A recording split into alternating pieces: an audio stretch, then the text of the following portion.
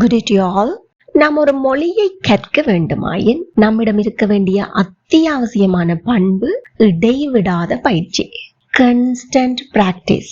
அந்த வகையில் நாம் தினமும் 10 வாக்கியங்கள் தமிழிலும் அவற்றை ஆங்கிலத்தில் எவ்வாறு சரளமாக பேசிடலாம் என்பது பற்றியும் பார்க்க போன்றோம். இவற்றை நீங்கள் தினமும் குறிப்பிட்ட நேரத்தை ஒதுக்கி பயிற்சி செய்வதன் மூலமும், இதே போல மேலும் வாக்கியங்களை உருவாக்கி பயிற்சி செய்வதன் மூலமும் சிறந்த பலனை பெற்றிட முடியும். One day you can be fluent in speaking English. If you have any doubt, you can comment it and definitely I will help you. Now let's move on to the practice. நான் இப்பவே கிளம்பி ஆகணும், அதாவது சென்றாகணும், போயே ஆகணும், இன்றியமையாத ஒரு கடமை அல்லது வேலை. இதை நாங்க ஆங்கிலத்தில் எப்படி சொல்லலாம்? I have to go now. I have to go now.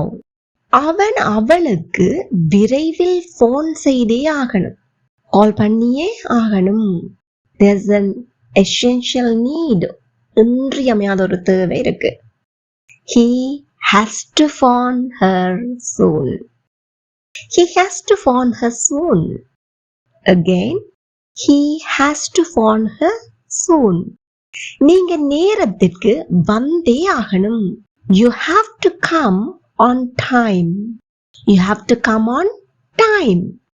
இங்க நாங்கள் have to, has to என்பவற்றை பயன்படுத்தி பார்த்துள்ளோம். இதனுடைய அர்த்தம் என்ன? Something needs to take place soon. இது ஒன்று விரைவில் நடைபெற்றே ஆக வேண்டும். Certainty, necessity or obligation. அது நிச்சயத்தன்மையுடையதா இருக்கலாம், அத்தியாவசியமானதா இருக்கலாம், கடமையாக இருக்கலாம். இதனுடைய ஸ்ட்ரக்சர் எப்படி அமைஞ்சிச்சது?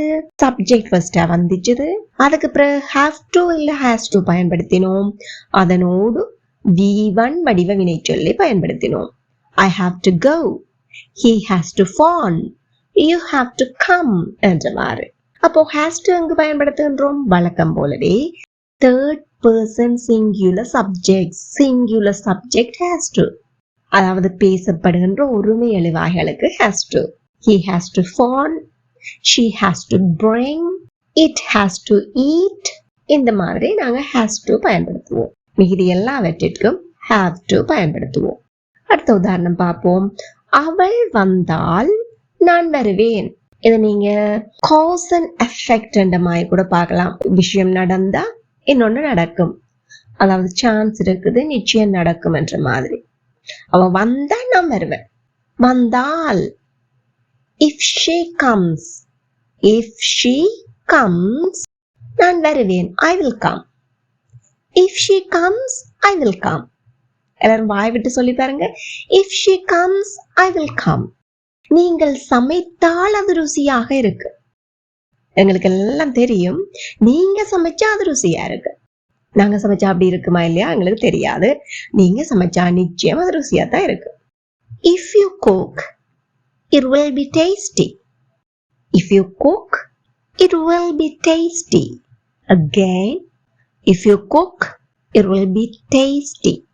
நீ இதை உடைத்தால் அம்மா அடிப்பார். உடைக்காம இருந்தாண்ட தப்பிச்சிருவேன்.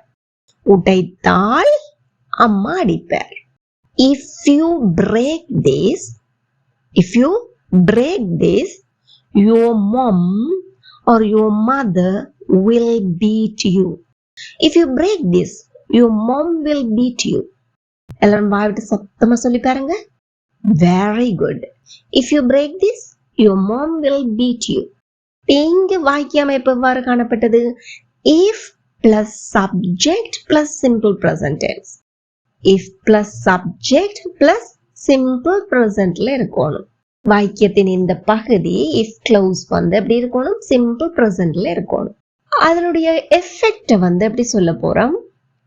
main clause subject plus will plus V1 ஃபார்ம்ல இருக்கு. subject plus will plus V1 ஃபார்ம்ல நாங்க பார்த்துனாங்க ஏற்கனவே. I will come, நான் வருவேன் என்பதுதான் நாங்க மெயின் க்ளோஸ். அது எப்ப உண்மையாகும்? அவள் வந்தால். If she comes, simple present. If she comes, I will come. If you cook, It will be tasty. If you break this, your mom will beat you. ரொம்ப அழகா இருந்துச்சா? மறக்காம ஒரு லைக் பண்ணுங்க. நீ அடிக்கடி பயணம் செய்வாயா? ஏதோ ஒரு செயலை அடிக்கடி நீ செய்வியா அப்படின்னு சொல்லி கேக்குற. செய்யறது. Do. Do you travel often? Do you travel often? Do you travel often? Often என்ன? அடிக்கடி. அவள் அடிக்கடி இங்கே வருவாளா? இதன் அர்த்தம் வருகிறாளா என்பதுதான். பேச்சு வழக்குல நாங்க வருவாளா அப்படின்னு சொல்வோம். ஆனால் ஃபியூச்சரை குறிக்குது அர்த்தம் இல்ல. வராளா, அடிக்கடி வராளா. Does she come here often? Does she come here often? Again, does she come here often? இங்கு நாம் பயன்படுத்திய வாக்கிய அமைப்பு என்ன? Do or does plus subject plus V1 form. அதோட வேற ஏதாவது பயன்படுத்த வேண்டியிருந்தால் பயன்படுத்திக் கொள்ளலாம். லாஸ்ட்ல often. Often அடிக்கடி. Often அப்படின்னு சொல்லுவாங்க. அடிக்கடி. Does எப்ப பயன்படுத்துவோம்? தேர்ட் பர்சன் சிங்குலர் சப்ஜெக்டுக்கு மாத்திரம் does பயன்படுத்துவோம். மீதி அனைத்திற்கு do. Does she come? Does he go? Does it fly? இந்த மாதிரி does பயன்படுத்துவோம். மீதி அனைத்திற்குமே do தான் பயன்படுத்துவோம். யாரோ வாராங்க. இதன் அர்த்தம் என்ன? தற்சமயம் யாரோ வந்து கொண்டிருக்கிறாங்க. யாரோ, யாரோ ஒருவர். ஆங்கிலத்தில் நாங்க இதை எப்படி சொல்வோம்? someone, someone இல்லாட்டி somebody அப்படின்னு சொல்லலாம். ரெண்டுல எது வேணுமென்றாலும் சொல்லிக் கொள்ளலாம். வந்து கொண்டிருக்கிறார்கள். Present continuous tense. Someone is coming. Someone is coming. Again, someone is coming. யாரோ அவளை அழைக்கிறார்கள், அழைத்துக் கொண்டிருக்கிறார்கள். Someone is calling her. Someone is calling her. Again, someone is calling her. இங்கு நாம் பயன்படுத்திய வாக்கிய அமைப்பு என்ன? Present continuous tense.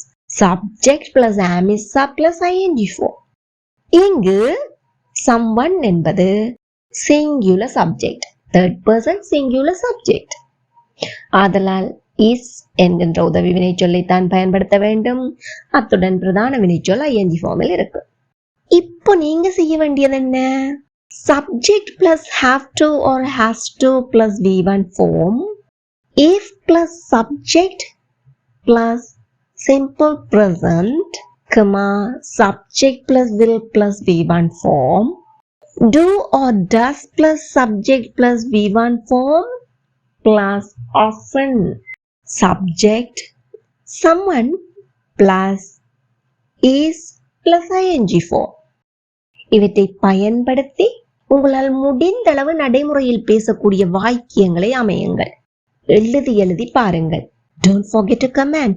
கமெண்ட் பண்றதுக்கு மறக்காதீங்க. It will be helpful for other viewers and if you have any mistakes, I will correct it for you. மறக்காம இந்த வீடியோ ஒரு லைக் பண்ணிடுங்க. நீங்கள் எவ்வளவுக்கு லைக் பண்றீங்களோ அந்த அளவுக்கு மற்றவர்களுடன் ஷேர் ஆகிக்கொள்ளும். நீங்களும் உங்களுக்கு தெரிந்த நண்பர்கள், ஆங்கிலம் கற்பதில் ஆர்வமுள்ள அனைவருக்கும் ஷேர் பண்ணிக்கொள்ளுங்க. இந்த சேனலை இதுவரை சப்ஸ்கிரைப் பண்ணியிருக்காவிட மறக்காம சப்ஸ்கிரைப் பண்ணி அருகே உள்ள பெல் ஐக்கனை வளர்த்தி கூடவே ஆல் என்கின்ற ஆப்ஷனையும் செலக்ட் பண்ணிக்கொள்ளுங்கள். தேங்க்யூ ஃபார் வாட்சிங்.